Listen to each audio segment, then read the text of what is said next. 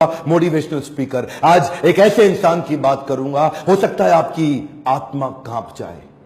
एक बात कहूं, वीडियो पूरा देखिएगा अगर हिम्मत है आप में तो, और कोशिश करिएगा कि अंत में रोए भी ना आप। इनका नाम है छत्रपति संभाजी महाराज।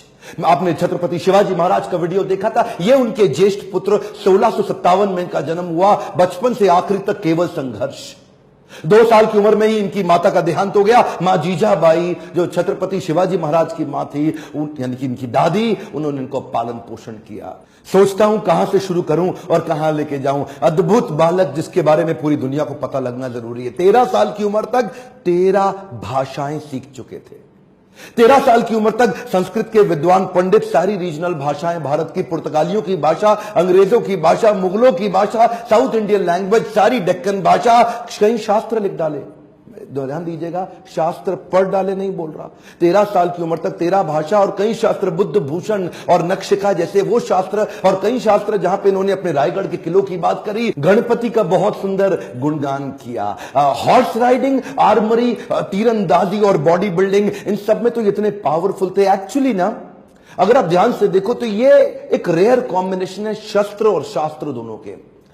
जो बच्चा या जो व्यक्ति शास्त्र पढ़ने में बड़ा एक्सपर्ट हो जाता है ना, फिर उससे शस्त्र उठता नहीं, और जो शस्त्र उठा लेता है वो शास्त्र पढ़ने में निपुण नहीं होता। अद्भुत बाल साहित्यकार, जो साहित्य पढ़ता भी था और साहित्य लिखता भी था। हुआ क्या, बुद्धि और बल दोनों बढ़ गया। 60 किलो की तलवार लेके 16 साल की उम्र में पहला युद्ध रामनगर का जीता। छोटा बच्चा होता है ना, उसका मन होता है कि पिता के साथ समय बिताए, पर पिता उस समय मुगलों से लोहा लेने में व्यस्त हो चुके थे। लेकिन एक बार छत्रपति शिवाजी महाराज ने, अभी ये 9 साल के थे संभाजी महाराज, इनको क्या बोले, मेरे साथ चलो, आगरा जा रहा हूं मैं, वहां के मुगल शासक औरंगजेब से मिलने। और घोड़े में बिठा के 1250 किलोमीटर, ध्यान दीजिएगा, घोड़े में 1250 किलोमीटर 9 साल का बच्चा पिता के साथ पीछे बैठ करके पहुंच गया आगरा। आगरा में क्या हुआ ये देख के हैरान हो गया, छोटा सा बच्चा। वहां मुगल सल्तनत के राजा उस समय जापना क्या किया, इनकी पहले तो बेइज्जती करी, उसके बाद इनको कारागृह में बंदी बना लिया। ये बच्चा घबराता नहीं था, ये करेज इतना था कि वहीं बैठ के सोचने लगा, कैसे निकलूं, कैसे पिता को निकालूं, कैसे निकलूं। पहले तो पिता को बाहर निकाला, कुछ दिनों के बाद खुद भी वहां से गायब हो गया, रायगढ़ पहुंच गया। 10 साल की उम्र में इसको महाराज ऑफ आमेर के पास भेज दिया गया कि कैसे पॉलिटिकल अलायंसेस को और समझ सकें। यही 2 इंसिडेंट इसके लिए बहुत हो गए थे कि कैसे ये समझे, और उसके बाद तैयारी करने लगा। हर सफल शासक के पास कोई ना कोई बुद्धिमान सलाहकार जरूर रहता है। चंद्रगुप्त मौर्य के पास चाणक्य पंडित थे, जिन्होंने धनानंद के सारे साम्राज्य को उखाड़ा था। ठीक इसी प्रकार इन्होंने उज्जैन के कवि कलश, उनको अपना सलाहकार, एडवाइजर, फ्रेंड, फिलोसोफर, गाइड बनाया, जो अपनी कविताओं के माध्यम से इनकी विचारधारा को तैयार किया करते थे, इनकी सोचने की क्षमता, इनके बैरियर्स को खत्म करते थे। वो उनके ऐसे महान इंटेलिजेंट एडवाइजर थे जो हमेशा इनके, कवि कलश को हमेशा अपने साथ रखते थे। पिता भी युद्ध लड़ने में बिजी थे, इन्होंने 19 साल की उम्र से पिता के पीछे से अपने रायगढ़ के किले को संभालना शुरू कर दिया। 23 साल की उम्र में 1681 में पिता छत्रपति शिवाजी महाराज वीर मराठा, उनका देहांत हुआ। इन्होंने 1 मिनट समय नहीं देर गवाया, तुरंत तैयारी करी। तुरंत क्या तैयारी करी, औरंगाबाद में औरंगजेब का सबसे बड़ा किला, और ये सोचने लगे कि हमारे पास आज धन की तो कमी है, और अगर इसके किले को पहली बार में मैं उखाड़ दूं, इनका धन घटेगा, मेरा बढ़ेगा, डबल बेनिफिट। औरंगाबाद की इस बड़ी लूट और बड़ी हार ने औरंगजेब को एकदम हैरान कर दिया। औरंगजेब ने सोचा भी नहीं था कि 23 साल का ही तो बच्चा है ये ऐसा कैसे कर सकता है। और इसने अपने हुसैन अली खान नाम का अपना सबसे बड़ा जनरल, उसको 20,000 हाथी और सैनिकों के साथ, घोड़ों के साथ, पशुओं के साथ भेजा कि इसको खत्म कर। हुसैन अली खान बोला कि 2 दिन में खत्म कराऊंगा, 2 दिन में खत्म। वहां पे मराठा इतने तेज, और इसका जो करेज था ना, इनकी लीडरशिप बड़ी पावरफुल थी। मराठा इकट्ठे हो गए, और हुसैन अली खान को 1 साल लगा, कुछ नहीं कर पाया, कई बार उसको मारा। इसने इसको वापस बुलाया और 1680, 81, 82 कई दफा अटैक कराया। अच्छा, एक भी लड़ाई नहीं। एक बात बताएं आपको, पूरे इतिहास के अंदर शायद छत्रपति संभाजी महाराज ही अकेला ऐसा योद्धा रहा होगा हमारे देश से जिसने 9 साल के अंदर 120 लड़ाइयां लड़ी लेकिन एक भी नहीं हारा। औरंगजेब सोचा पूरा नॉर्थ तो मैं जीत ही चुका हूं, अब तो केवल डेक्कन बाकी रह गया है। डेक्कन समझते ना, जो उस समय का जो दक्षिण था, अहमदनगर से नीचे लेके जो आज का केरला, कर्नाटका, तमिलनाडु, आंध्रा, हैदराबाद, जितना भी आज पूरा देखते हैं महाराष्ट्र मिला के, वो सोचा कि बस ये डेक्कन जीतना बाकी रह गया है। तो वो महाराष्ट्र की तरफ जब बढ़ने लगा तो वहीं औरंगजेब ने एक ट्रीटी साइन करने की कोशिश करी, एक कॉन्ट्रैक्ट साइन करने की कोशिश किया पुर्तगालियों के साथ गोवा में, ताकि समुद्री रास्ते से उनको एक और सपोर्ट मिले, उनके आमदन एम्युनिशन मिडिल ईस्ट से आ सके। औरंगजेब बहुत तेज था, बोला सोचा नॉर्थ से भी सपोर्ट लूंगा, पोर्चुगीज लोगों को साथ रखूंगा, साउथ से और निकालूंगा, तीनों चारों दिशाओं से खदेड़ के खत्म कर दूंगा, ये तो छोटा सा बच्चा है। इन्होंने जैसे ही पता चला संभाजी महाराज को, सबसे पहले ये गोवा में घुस गए। गोवा में जाकर के इन्होंने पोर्चुगीज को तो उखाड़ उखाड़ के बहुत फेंक फेंक के मारा और ये वापस आए। उसके बाद फिर लड़ने की तैयारी करी। मेरे हिसाब से छत्रपति संभाजी महाराज की सबसे बड़ी अचीवमेंट्स में एक अचीवमेंट तो यह रही कि उन्होंने 9 साल तक औरंगजेब को मराठाओं के बीच में घुमाता रहा। औरंगजेब एक्चुअली नॉर्थ छोड़ के यहां आ गया और मराठाओं के बीच में इतना घुमाया, 8 लाख की सेना, इनकी 20,000 की सेना। इन्होंने मराठाओं को इधर से मार उधर से मार, इतनी लड़ाइयां लड़ी, एक बार भी औरंगजेब जीत नहीं पाया। अच्छा हुआ ये क्योंकि इनको यहां बिजी रखा ना, जरा ध्यान दीजिएगा, तो उधर नॉर्थ में डेक्कन में बिजी रख करके उधर नॉर्थ में पंजाब के अंदर, बुंदेलखंड के अंदर, राजस्थान के अंदर स्वदेशी सल्तनतें वापस तैयार होने लगी। उधर 9 साल का गैप मिल गया ना, तो 9 साल के अंदर स्वदेशी ताकतें फिर खड़े होने लगी। हमारे देश के हिंदू राजा वापस आए मुगलों से लड़ने के लिए। ये इसको गोल गोल घुमाते रहे, इतना गोल गोल घुमाया कि पूरे भारत को जीतने का गोल हाथ से छूट गया। गोल गोल घूमा, गोल नहीं पूरा हुआ। औरंगजेब वो कहां रुकने वाला था, उसने नई तरकीबें लगानी शुरू कर दी। नीचे से सिद्दीस को साथ में लिया, मैसूर के राजा को अपने साथ में लाया, पुर्तगालियों को फिर ताकतवर बनाया, चारों तरफ से घेरने की कोशिश करी मराठाओं को। लेकिन ये उम्र से तो छोटे थे, लेकिन उम्र इनके लिए कोई बड़ी बात थी नहीं। ऐसे courageous, confident, powerful in decision making, leadership बड़ी अद्भुत, उम्र से काफी आगे चल रहे थे।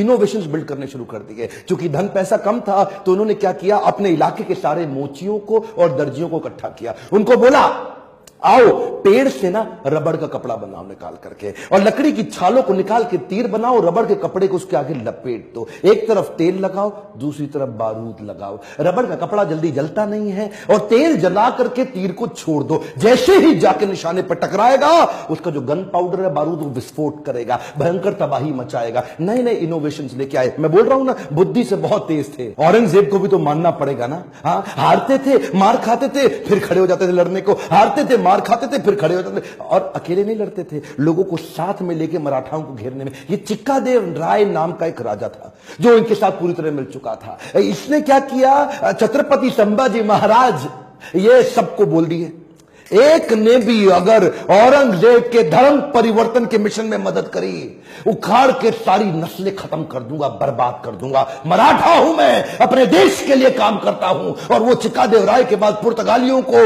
और सिद्धियों सबको खत्म करते चले गए। सबसे एक बात ना औरंगजेब के समझ में आ गई कि ये जो लड़का है ना, इसको मार नहीं सकते, इसको हरा नहीं सकते। संभाजी राजे भोसले 9 साल तक इनको पीटते रहे, मारते रहे। समझ में आ गया औरंगजेब इसको नहीं हरा सकते, सामने से तो नहीं लड़ सकते, कुछ और क्यों ना करे।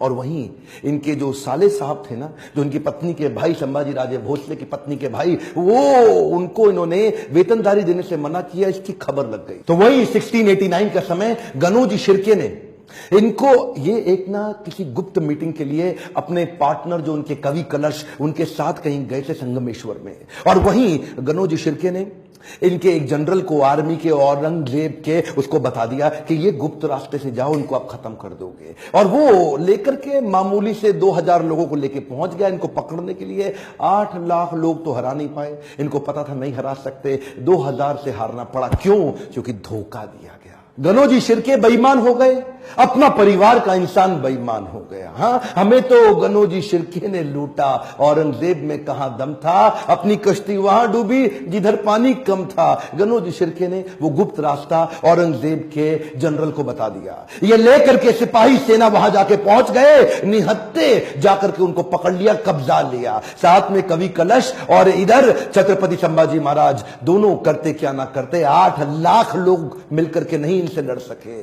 चोरी से इनको जाके पकड़ लिया। औरंगजेब अंदर तक खुन्नस खाया हुआ था संभाजी महाराज से। कवि कलश संभाजी महाराज को लेके ऊंट से उल्टा टांग दिया, उल्टा टांग के पूरे शहर में घुमाया, बहुत मारा पीटा, लोगों को बोला इन पे मूत्र त्यागो, इनको मारो, पत्थर फेंको। उसके बाद बुला के बोला 3 प्रश्न, मराठा किंगडम मेरे हवाले कर दो, ट्रिब्यूटरी प्रिंस बना दूंगा, जो सोना गहना छुपाया चोरी किया है मुझको वापस कर दो, और किसने तुम्हारी मदद करी उसका नाम बताओ, तीसरा अपना धर्म परिवर्तन कर लो। ये 3 काम कर लो, आज जीवित बचोगे और मेरे साथ रहोगे, ताकतवर बना दूंगा तुमको। संभाजी महाराज और कवि कलश की आंखों में इतना सा भी डर नहीं था। उसको बोले कि मैं मराठाओं की जमीन तुम्हारे नाम नहीं करूंगा, अपने धर्म का बलिदान नहीं करूंगा, 1000 बार मारो, अगली बार फिर जन्म लूंगा, अपने ही धर्म में लूंगा। रुका नहीं औरंगजेब। इन दोनों ने अन्न जल का त्याग कर दिया और शरीर को लेकर सुन्न हो गए।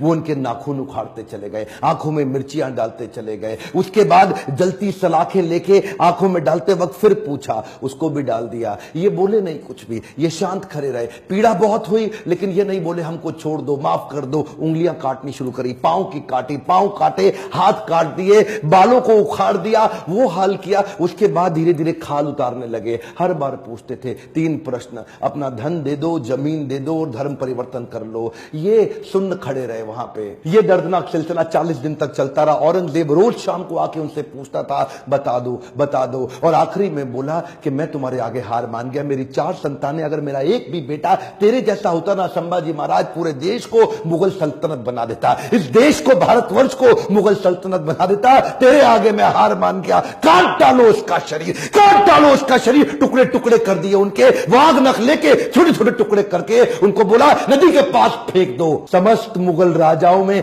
औरंगजेब एक अमानवीय, इनह्यूमन राजा था। बहरहाल मौका मिल गया सारे मराठाओं को एक होने का। उन्होंने शरीर के टुकड़े उठाए शंभूजी महाराज के, उनको सिल के उनका अंतिम संस्कार किया। लेकिन अब हर घर महल बन गया, हर औरत सेना में आ गई, हर पत्ता तीर बन गया। देश धर्म पर मिटने वाला शेर शिवा का छावा था। महापराक्रमी, परम प्रतापी एक ही शंभू राजा था। सारी मराठा कम्युनिटी एक हो गई और उसके बाद दोबारा युद्ध छेड़ा गया। खत्म हो गया दक्कन का सुल्तान बनने का उसका सपना। कुछ ही साल के अंदर वहीं दक्कन की भूमि में मारा गया, वहीं खत्म हो गया। औरंगजेब देश को नहीं जीत पाया। गर्व है मुझे कि मैंने जन्म लिया ऐसे देश में जहां वीर मराठा संभाजी महाराज का जन्म हुआ, पर दुख है मुझे कि देश आज ऐसे वीरों को भूलता चला जा रहा है। आज मेरी, आपकी, हर मराठा की और पूरे देश की जिम्मेदारी है कि इनकी कहानी पूरे देश को पता लगनी चाहिए। इस वीडियो को आग की तरह पूरे देश में फैला दो, बंद मत कर देना। इस वीडियो को शेयर किए बिना, लाइक